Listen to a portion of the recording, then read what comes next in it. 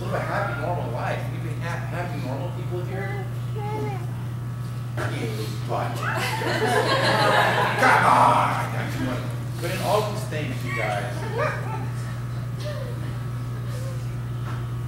remember John chapter 3, verse 30. John said, I must decrease that he must increase, I must decrease. You know, he's the whole candle. 1 Corinthians chapter 10, verse 31 says this, whether you eat or you drink, whatever you're doing, do it all for the glory of God. Do it all for the glory of God. How few people in this world truly have the glory of God and for God as their number one goal in life. My number one goal, I will say this, my number one goal in life is that when I'm dead and gone, that He be glorified. That's it. If I don't make all that money I wanted to make, it's okay. If I don't have that house I want to have, it's okay. That car, it's okay. If I don't travel and see the world, it's okay. If I never become that famous actor or actress, that's okay. If I never, get to sing in a high school musical, that's okay. If I never make it, a 36 on my ACT, that's okay. If I never, go to that college I wanted to go to, I don't think about it right now, that's okay. Here's a big one. If I never marry that one guy, it's okay. If I end up with, what's her name? It's okay. There's only one thing that matters. This is what my goal in life is. If I lose this, and if this does not happen, then everything else will make me miserable.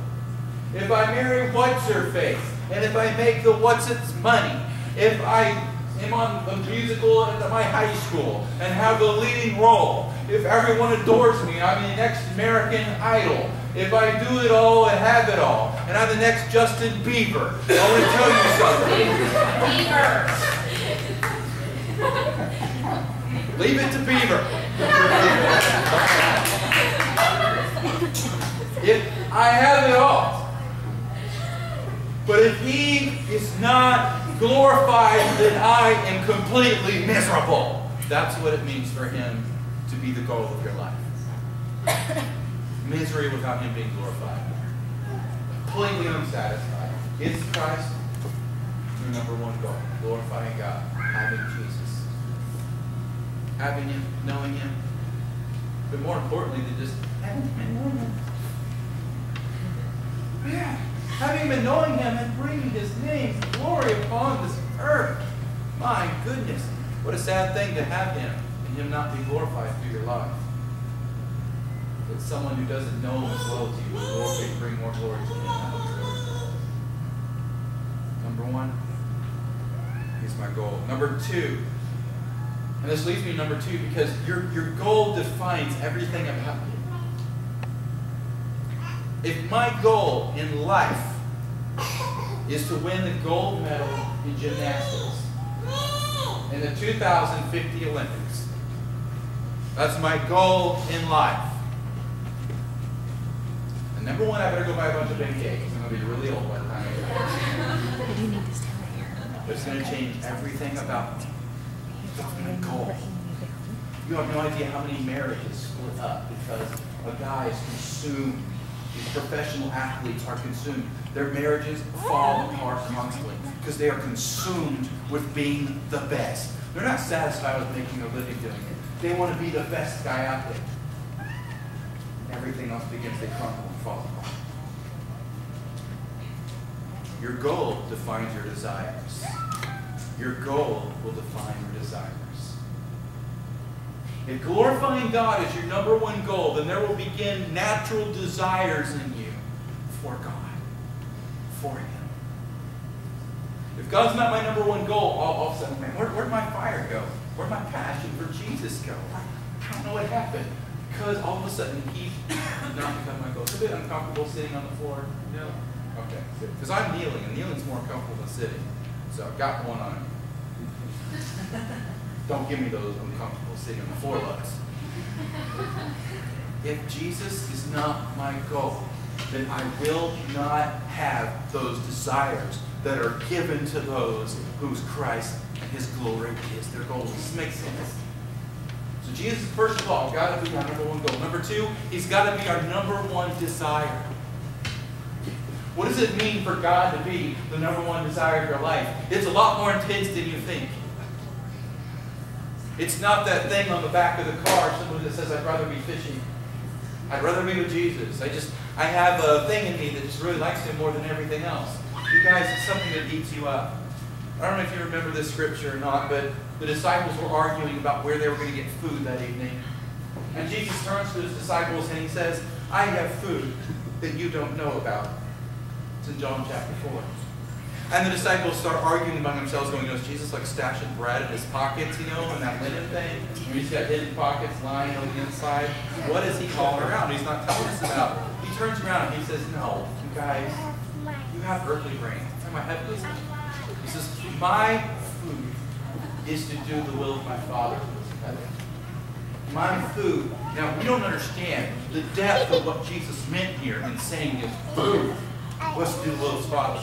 Because here we're like, hey, I'm kind of hungry. I want to grab my cake. It's about time for lunch. Let's have lunch. Grab something. We run to the place. We hang out. We order our food. We eat. We're gone. We're back to work or school where we are in, 15 minutes? Those of you guys who have off-campus lunches, you amaze me.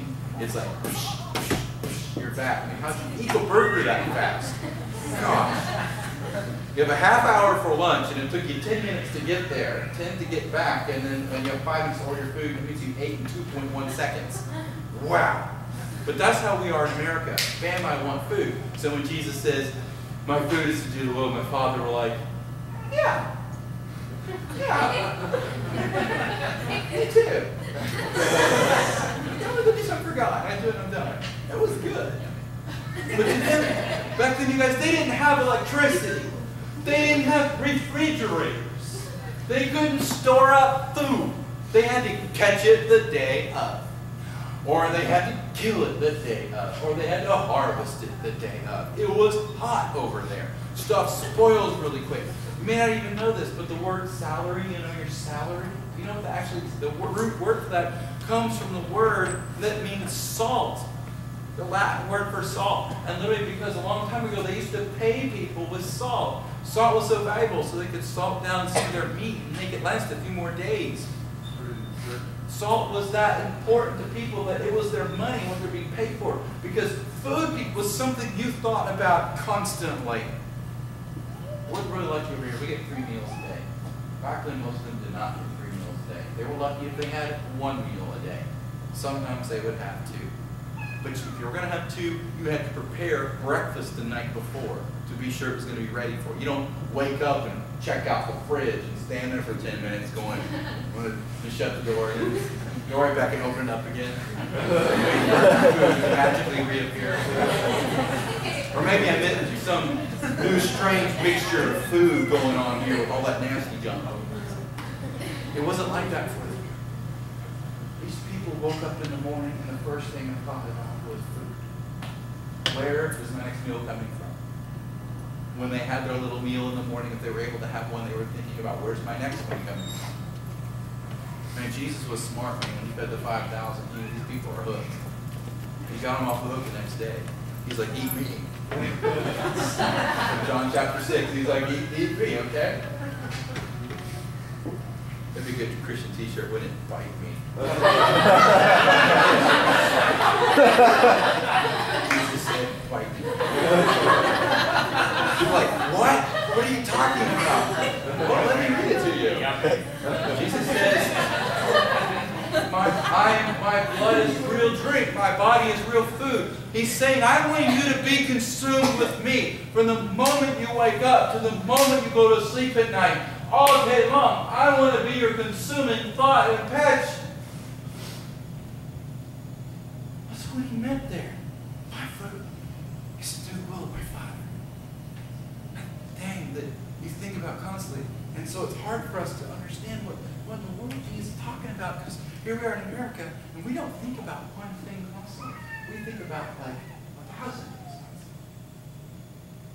Aren't we we're so scattered, so caught up, because all our basic needs are provided for us. So Jesus is saying, my food, to do the will of my Father, when He's your number one desire, He's the thing you think about from the moment you wake up to the moment you go to sleep. How may I do the will of the one that I love today? Waking up in the morning, Jesus, this is the day you have made. My goal in life is to glorify you. So my desire today is to do your will. In any way that I possibly can. May I do your will. May I love you, not just with words, but love you with my life. Love you through the things that I do and don't do. Lord God, my desire is for you. When you pray and use the desire of your heart, you never seem to get to pray enough. You get called away before you get bored. And He's the desire of your heart. I've got to go, Jesus. Please let me be together the rest of the day today. I love you, Jesus. He needs to be our number one goal of our life, what it's about, bring Him glory. Number two, He must be number one in our desire. Number one in our desire.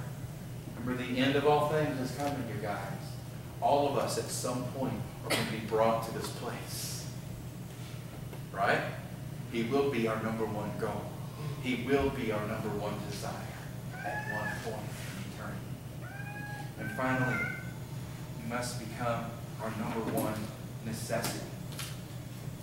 One of the problems with necessities is we think we need a lot of things to survive.